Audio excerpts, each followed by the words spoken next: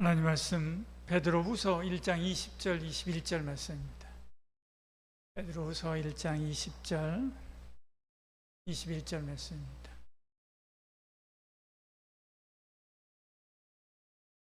같이 읽겠습니다. 먼저 알 것은 성경의 모든 예언은 사사로이 풀 것이 아니니 예언은 언제든지 사람의 뜻으로 난 것이 아니요 오직 성령의 감동하심을 받은 사람들이 하나님께 받아 말한 것임이라. 아멘. 새로운 여러분 환영합니다. 오랜만에 방학 마치고 온 여러분도 환영합니다.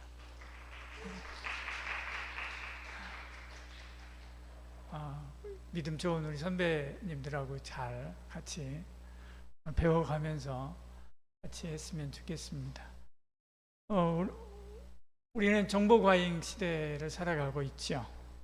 클릭 한 번이면 수많은 전문 지식과 강의를 수강할 수 있습니다. 신학 분야도 마찬가지죠. 수많은 주석 그리고 설교들 이전보다도 훨씬 더 쉽게 접할 수 있게 됐습니다. 역설적으로 그런데도 불구하고 성경의 권위는 어느 때보다도 위태롭죠. 더욱이 AI가 나와서 그 AI 보급으로 인해서 성경에 대한 무한한 해석에 접근할 수 있게 됐습니다. 그 결과 각자가 자기 눈에 좋은 대로 성경을 해석하는 해석적 나르시즘에 빠질 수 있게 됐죠. 예를 들어서 성경이 무엇을 말하는가라고 하는 것보다는 나는 성경에 대해서 어떻게 느껴지는가를 우선시하는 그런 시대가 된 것입니다. 여러분 집 떠나서 이제 대학생활 처음 시작하시는 분들, 우리가 믿음 안에서 흔들리지 않아야 되는데, 이전에 집에 있을 때는 그냥 부모님 다니는 교회 그냥 따라다니면 됐지만 이제는 내가 교회를 찾아가야 되고 거기서 말씀을 들어야 되고 내가 내 신앙을 지켜가야 됩니다. 그럴 때 우리를 지켜줄 수 있는 게 뭐냐면 성경인데, 그 성경을 우리가 어떻게 바르게 알고 그 뜻을 따라 살 수 있느냐가 문제죠. 그럴 때 성경이 나한테 무엇을 말씀하는가, 객관적으로 성경이 말씀하는 바가 무엇인가를 정확하게 아는 것이 굉장히 중요한 일인데, 사실은 우리가 내가 어떻게 느끼는가에 집중할 때가 굉장히 많이 있습니다. 이런 태도는 성경의 어떤 객관적인 진리를 개인적인 주관적인 감성으로 바꿔버리고 치환하는 그런 오류를 범할 수 있습니다. 그래서 성경을 읽으면서도 하나님의 음성이 아니라 내가 듣고 싶은 말만 골라서 듣게 되고 받게 되는 거죠. 예를 들어서 보십시오. 지금 여기 1장 20절 21절 말씀 있죠. 20절 이렇게 말씀하죠. 먼저 알 것은 성경의 모든 예언은 사사로이 풀 것이 아니니, 그렇게 말씀합니다. 이 말씀에 사사로이라고 하는 이 단어를 천주교의 배경을 가진 사람이 AI한테, GPT한테 물어보죠. 제미나이한테 물어봅니다. 이게 무슨 뜻이야? 라고 물어보면 틀림없이 천주교 배경을 가진 사람은 AI가 우리를 학습합니다.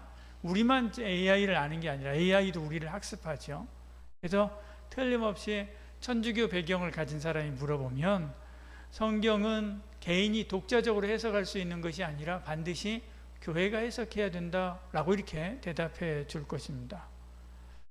자유주의 신학을 배경으로 하는 사람들, 그런 사람이 이 부분을 해석해 달라라고 이야기한다면, 당시에는 공동체 안에 성경을 다르게 해석하는 여러 집단들이 있었고, 그것을 사사로운 해석, 나와 다른 집단이 하는 해석을 사사로운 해석으로 낙인 찍어서 배제하려고 했었다. 이 사사로이라고 하는 말은 그 바로 비주류를 억압하기 위한 수사적인 표현이었다, 이렇게 말할 것입니다. 그리스 정교회 신앙을 가진 사람이 AI한테 똑같은 질문을 하게 되면 개인이 홀로 성경을 펼쳐서 성경을 보고 결론을 내린 행위이다, 그렇게 해석해주고 이야기해 줄 것입니다. 그렇지만 저와 여러분처럼 개신교 신앙 배경을 가진 사람은 그 사람이 물어보게 되면 그 사람의 대답은 그 사람에 대한 AI 대답은 이렇죠. 성령님께서 깨닫게 하시는 것이 아니라 인간적인 방법으로 하는 해석을 말한다. 그렇게 이야기할 것입니다. 성경은 성령이 주시고 성령이 깨닫게 하시고 성령께서 해석해 주시는 것입니다. 그래서 이것을 설명해 주는 구절이 바로 다음 구절 21절 말씀인 거죠. 예언은 언제든지 사람의 뜻으로 낸 것이 아니라 오직 성령의 감동하심을 받은 사람들이 하나님께 받아 말한 것이다. 그렇게 말하고 있는 것을 보지요. 개신교의 신앙적인 배경을 가진 사람이 물어보면 이렇게 아마도 대답하게 될 것입니다. 유튜브가 저와 여러분 우리의 이 시청 이력을 학습해서 비슷한 영상만 계속해서 골라서 우리에게 보여주듯이 AI도 마찬가지로 사용자가 듣고 싶어하는 쪽으로 그 답변이 조금씩 기울어져 가는 것이죠. 알고리즘이 진실을 향해서 열려져 있는 것이 아니라 동의를 향해서 수렴되도록 설계되어 있는 것, 이것 때문에 그런 것입니다. 결국 유튜브가 편향된 시청자를 만들듯이 AI도 똑같습니다. 편향된 사용자를 확신에 찬 사용자로 만들어주는 거죠. 이런 일은 앞으로도 계속해서 가속화될 것입니다. AI하고 상담하다가 결국 자살까지 하고 하는 그런 보도들 여러분 보지 않습니까? 바로 이런 것 때문에 그런 것이죠. 그러니까 성경을 사사로이 푸는 것, 이것은 신앙의 자립이 아니라 신앙의 고립으로 갈 수 있습니다. 그래서 공동체를 분열시키는 또 독소가 될 수도 있죠. 성령의 감동하심으로 기록된 책이기 때문에 교회라고 하는 교회 공동체 안에서 함께 읽을 때 비로소 진리의 균형을 잡을 수 있게 됩니다. 성경을 사사로이 푸는 것, 이것은 굉장히 위험하지요. 성경은 분명히 이야기합니다. 사사로이 풀지 말라, 개인적으로 풀지 말라, 그렇게 이야기하고 있는 것을 보지요. 성경이 사람의 뜻으로 난 것이 아니라 성령의 감동하심을 입은 사람들을 통해서 하나님 주신 것이기 때문에 그런 것입니다. 성령의 도움 없이 해석하는 것은 우리를 함정으로 끌고 가는 것이겠죠.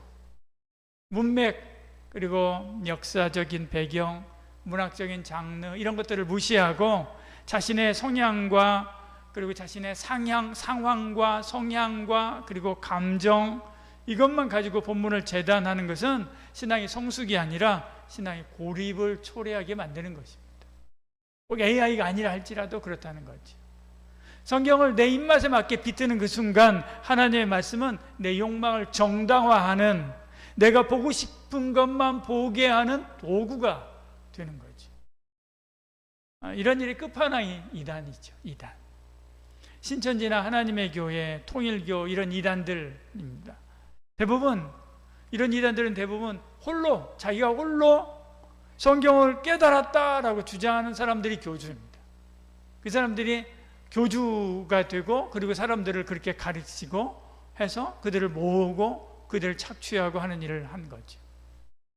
지금도 살아 있습니다. 지금도 살아 있는데 지금은 아주 비주류가 된 이단 중에 하나, 이단은 그런 이단도 있습니다.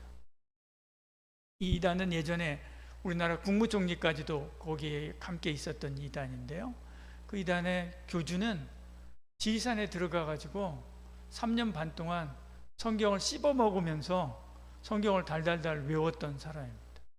지금 우리나라에서 아예 쫓겨나서 지금 미국에 가서 살고 있는데요. 지금 나이 엄청 많이 먹었습니다. 그런데 그런 이단도 있는 겁니다. 그러니까 자기가 스스로 깨달았다라고 주장하는 것이지요. 사사로이 푼다라고 하는 것을 그러면 신천지는 어떻게 해석할까? 신천지를 배경으로 한 사람이 만약에 이것을 물으면 뭐라고 대답하겠습니까? 신천지 사람들은 이렇게 해석합니다. 교주인 이만희의 해석을 제외한 모든 해석이다, 그렇게 이야기합니다. 그러니까 그들은 일반 목사나 신학자나 그들이 하는 모든 해석들은 다 사사로운 해석으로 낙인 찍고요, 배제하는 것이죠. 이러니까 우리는 그들과 함께 할 수 있는 것이 아니죠. 이런 일은 결국 공동체의 분열을 낳게 되고 결국 공동체를 허무는 그런 결과를 초래하게 됩니다. 이것은 다만 이단만의 문제가 아닙니다. 실상 하고자 하는 얘기는 이 다음입니다. 바로 우리 개인입니다. 저 여러분 우리도 개인 묵상에서 성경을 사사로이 풀 수 있다는 거죠. 개인 묵상할 때 어떻게 합니까? 성경을 읽죠. 그다음에 성경을 해석합니다. 그 다음에 적용하죠. 이 단계를 반드시 거칩니다. 근데 적용하기 위해서는, 내 삶에 적용하기 위해서는 뭐가 앞서요? 항상 해석이 있어야 됩니다. 해석. 이 해석을 혼자 하게 되면, 그 해석이 검증되지 않으면 이게 맞는지 안 맞는지 잘 모르는 거예요. 해석이 잘못되면 적용도 잘못되는 건 당연한 것이죠. 그래서 묵상을 함께 나누는 것이 굉장히 중요합니다. 목장에서 우리 교회 교우들, 우리 청년들 목장에서 함께 나누면 제일 좋죠. 거기서 나누지 못하면 커플들끼리라도 나누고요. 그리고 최소한 부부끼리라도 그렇게 나누어야만 합니다. 친한 친구들끼리라도 모여서 함께 나눌 수 있어야만 하는 거죠. 개인 묵상에서 성경을 사사로이 풀게 되면 성경이 나를 해석하는 것이 아니라 내가 성경을 이용하게 되는 거죠. 결국 나는 하나님의 말씀에 순종하지 못하고, 자기는 순종한다고 생각하는데 순종하지 못하고 오히려 자기 합리화의 도구로 성경을 사용하게 되는 것입니다. 또 개인 묵상은 잘못하면 전체를 보지 못하고 어느 한 문장 혹은 한 단어에 우리가 시선이 딱 꽂힐 수가 있습니다. 그게 하나에 딱 꽂히게 되면 다른 것이 보이지 않게 되는 거지. 문맥을 좀 더 넓게 보고, 그리고 넓게 더 성경 전체를 보게 되면 의미가 달라질 수 있는데도 불구하고 그렇지 않는 것이죠. 근데 정작 누구는 몰라요? 본인은 잘 모를 수 있습니다. 이렇게 잘못 해석하게 되면 내 욕망이 하나님의 뜻처럼 포장될 수 있는 것이죠. 이것은 개인 묵상뿐만 아니라 설교자인 저와 같은 사람도 마찬가지로 이 부분을 굉장히 경계합니다. 그래서 반드시 준비할 때는 여러 책들을 다 같이 보고, 그리고 거기에서 벗어나지 않았는가 항상 확인을 하고 그렇게 준비를 합니다. 그래서 그럼 벗어나지 않게 하기 위해서 뭐가 필요한가? 함께 나누는 게 굉장히 필요합니다. 좀 더 넓은 테두리에서 이야기한다면 세 가지가 기본적으로 필요합니다. 공동체, 그 다음에 전통, 그리고 교리입니다. 성경은 개인에게만 준 편지가 아니죠. 하나님의 백성들에게 준 편지입니다. 그래서 로마서, 고린도전서, 고린도후서, 빌립보서, 에베소서 그렇게 이야기하죠. 이게 다 뭡니까? 제목이? 공동체를 이야기하는 거예요. 에베소에 있는 교회, 고린도에 있는 교회, 로마에 있는 교회, 공동체를 의미하는 것이죠. 신구약 성경의 최초 수신자, 처음 수신한 사람들은 대부분 이렇듯 공동체, 교회 공동체였습니다. 신약 성경의 빌레몬서 같은 경우에는 개인에게 쓴 편지이긴 하지만 그럼에도 불구하고 회로되었죠. 계속해서 돌려보는 거죠. 결국 공동체에게 간 것입니다. 성경은 처음부터 교회 공동체 안에서 읽히고 가르쳐지고 그리고 지켜지게 되어 있었습니다. 사도행전에도 마찬가지로 교회 공동체가 사도의 가르침을 받아가지고 성장했다, 그렇게 이야기하고 있는 것을 보지요. 사도행전 2장 42절 이렇게 말씀하죠. 사도의 가르침을 받아 서로 교제하고 떡을 떼며 오로지 기도하기를 힘썼다, 그렇게 이야기합니다. 그러니까 교회에서 부지런히 성경을 배우시길 바랍니다. 교회 공동체는 나의 묵상, 나의 해석, 이것을 검증하게 합니다. 한번 생각해 보십시오. 나도 성령 받고, 너도 성령 받고, 너도 성령 받고, 우리 성령 받았습니다. 그렇다고 한다면 나도, 너도, 우리도 나의 해석하고 상반되지 않는 해석을 내는 게 분명하죠. 당연하죠. 왜? 나도 성령 받고 너도 성령 받고 우리 성령 받았으니까. 성경을 누가 준 겁니까? 성령님이 주신 것이고요. 성령님을 누가 가르칩니까? 성경을 누가 가르칩니까? 성령님이 가르치고요. 그리고 누가 그것을 깨닫게 합니까? 성령님이 깨닫게 하는 것이기 때문에 그런 것이죠. 나 혼자 있으면 이게 내 생각인지 아닌지 잘 모를 때가 있습니다. 그러나 함께 같이 할 때 교회 공동체 안에서 서로 각자에게 역사하시는 성령께서, 가르치시는 성령께서, 깨닫게 하시는 성령께서 내 해석이 내 생각인지 아니면 성령께서 나에게 가르쳐준 생각인지를 교차해서 검증하도록 하는 것입니다. 그러니까 교회 안에서 교우들과 함께 성경 묵상을 함께 나누는 것, 이것은 이 묵상이 성령께서부터 온 것인지 아닌지를 검증하는 굉장히 중요한 그런 과정들이기도 합니다. 또 하나는 전통입니다. 우리의 묵상은 이렇게 나눔을 통해서 교회 공동체가 공시적으로 어떤 것을 검증한다고 한다면, 전통은 통시적으로 검증하는 것이 됩니다. 바울은 교회에 대해서 이렇게 이야기합니다. 진리의 기둥과 터다, 그렇게 이야기를 했습니다. 하나님의 말씀을 교회 안에서 보존하고 교회 안에서 전수하고 교회 안에서 가르치게 계속했습니다. 그래서 교회는요, 한자로 가르칠 교자이지 않습니까? 그리고 모이는 회자잖아요. 그렇다고 해서 전통을 오해하면 안 됩니다. 개혁주의가 말하는 전통은 성경 위에 군림하는 전통이 아닙니다. 천주교회나 정교회는 교회가 성경보다 위에 있습니다. 그러나 개신교는 그렇지 않죠. 성경이 교회보다 위에 있는 거죠. 성경에서 교회가 나온 거예요. 다만 전통은, 그럼에도 불구하고 전통은 믿음의 선배들이 성경을 붙들고 싸우고 정리하고 고백해온 신앙의 축적들이라고 할 수가 있습니다. 성령의 역사들이죠. 여기서 역사의 역자는 힘역자가 아니라요, 우리가 하나님 역사하여 주시옵소서가 할 때 역자가 아니라 역사할 때 역자를 말하는 것입니다. 성령께서 그동안 수천 년 동안 하나님의 사람들에게 역사하시고 일하시던 그것에 대한 역사에 대한 역사죠. 가르침에 대한 역사인 것입니다. 그러니까 이 전통을 무시해서는 안 됩니다. 전통은 우리를 얼매게 하는 사슬이 아니라 우리를 밖으로 떨어지지 않게 막아주는 난간과 같은 역할을 하는 것이죠. 성경 안에서 통시적으로 검증하는 것은 그 전통을 따라서, 구체적으로 이게 뭐냐? 그 전통을 따라서 우리에게 주어진 여러 가지 책들인 것입니다. 주석이나 아니면 성경 사전이나 묵상집이나 혹은 여러 신앙 서적들, 검증된 신앙 서적들, 그런 서적들이라고 할 수가 있는 것이죠. 그런 것들 보는 것을 귀찮아하지 말고요, 적극 활용하고요, 많이 부지런히 읽는 은혜가 있기를 소원합니다. 세 번째는 교리입니다.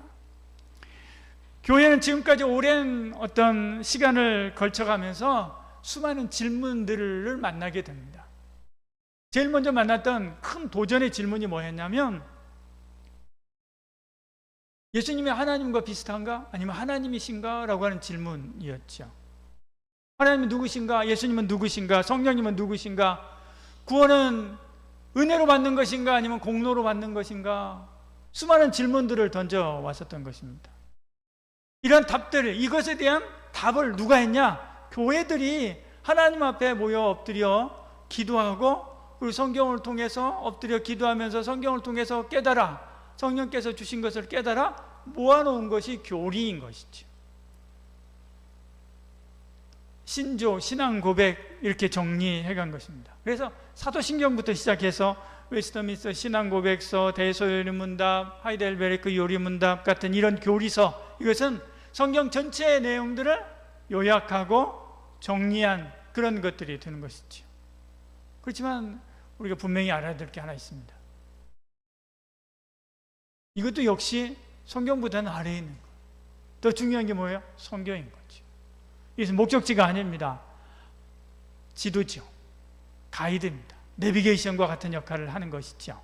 성경을 사사로이 풀지 못하도록 하는 안전장치와 같은 역할을 하게 되는 것입니다.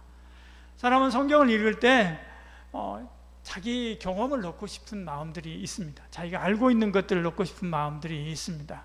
그래서 자기가 먼저 결론을 정하고 그 결론에 맞는 구절들을 찾아내고 결론에 맞게 성경을 해석하고자 하는 기본적인 욕구가 있습니다. 저도 그런 것들이 굉장히 많이 있습니다. AI는 이런 성향을 훨씬 더 쉽게 강화시키게 되죠. 그래서 교회가 세워온 여러 가지 이러한 울타리가 필요합니다. 교리는 내가 느끼는 대로가 아니라, 내가 느끼는 대로 이것이 바로 진리다가 아니라 성경 전체가 일관되게 말하는 바가 무엇인가 라고 하는 것을 우리에게 가르쳐주고 이야기하는 것이죠. 또 여러분, 하나님 말씀이 가장 중요합니다. 이 말씀을 떠나면 우리는 죽습니다. 집을 떠나서 처음 타지에서 신앙생활하는 여러분, 특히나 성경 딱 붙든 은혜가 있길 소원합니다. 이 성경 한 권 붙들면 무엇이든지 헤쳐나갈 수 있고요, 무엇이든지 이길 수 있고요, 어디에서 어떤 캄캄한 곳에서도 인도함 받을 수 있습니다. 중요한 것은 이 성경을 하나님의 뜻대로, 성경을 주신 하나님의 뜻대로 바르게 해석하고 바르게 적용하고 바르게 그 말씀 앞에 순종하는 것이 중요하다는 거죠. 이것은 우리 함께 같이 나눌 때 이것이 굉장히 중요하게 됩니다. 이것을 바르게 잘 할 수가 있습니다. 우리 청년부 안에서 함께 같이 하나님 말씀 보고 깨닫고 나누고 또 그 말씀 치열하게 함께 이렇게 연구해 가면서, 그리고 적용한 것들을 함께 나누어 가면서 신앙적으로 성장해가는 저와 여러분 되기를 축복합니다. 기도하겠습니다. 주님, 하나님 말씀을 깊이 알고 사랑하며 삶에 적용하고 싶습니다. 그러나 우리 안에 있는 악한 마음이 어떻게 하든 성경을 사유화하고 도구화하려고 할 때가 굉장히 많습니다. 저희는 굉장히 우매해서 잘 모를 수 있습니다. 그러나 오늘 말씀처럼 바르게 해석하고 적용하고자 하오니 성령님께서 깨닫게 하시고 바로 알게 하여 주시고 또한 인도하여 주시옵소서. 이제 예수 그리스도의 은혜와 하나님의 사랑과 성령의 위로 고통 충만하신 놀라운 역사가 오늘 주신 말씀대로 성경을 사사로이 해석하지 아니하고 성령님의 뜻 안에서 해석하고 적용하고 순종하고 실천함으로 하나님께서 기뻐하는 하나님의 사람으로 성장하기를 소원하는 이 자리에 참여한 모든 성도들 머리머리 위에와 한마음 모든 가족 위에 지금부터 영원히 함께 하실지어다. 아멘.